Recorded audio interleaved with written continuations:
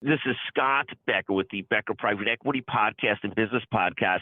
We'll be back with you later today on 5 signs you should close down a startup, and also several signs on stop pursuing a certain goal. Those will be separate podcasts, and thank you for listening. First, Restoration Hardware, RH, jumped 17% yesterday, and this is despite the fact that our family itself canceled that $200 renewal membership that gets you the discounts at RH. I say that jokingly. We did cancel it, and that obviously has no impact on their sales and stuff like that. But on a positive outlook, they jumped 17% yesterday.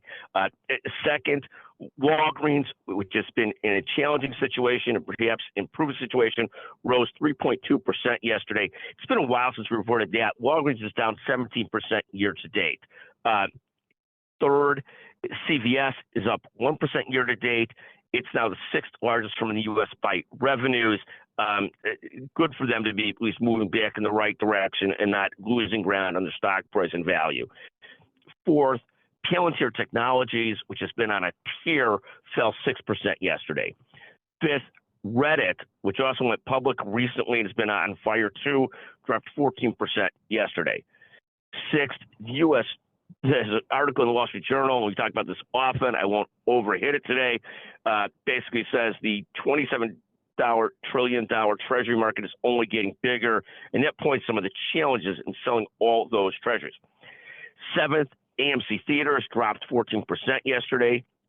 8, Paramount finds itself with its bond rating being lowered to junk. That's fascinating with how much effort they've made to try and grow Paramount again, and just it seems like a challenging situation.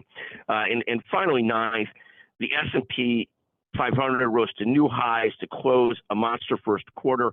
That's also an article and headline in the Wall Street Journal, but that's what we're following today. Again, 9 stories we're following today. And then we got the stock market closed today, so a breather for watching these things and the neuroticness of watching the market for all of us. Thank you for listening. We'll be back with you with 5 signs you should give up on your startup. Also, 5 signs it's time to give up on a certain goal you're chasing. Thank you for listening to the Becker Private Equity and Business Podcast.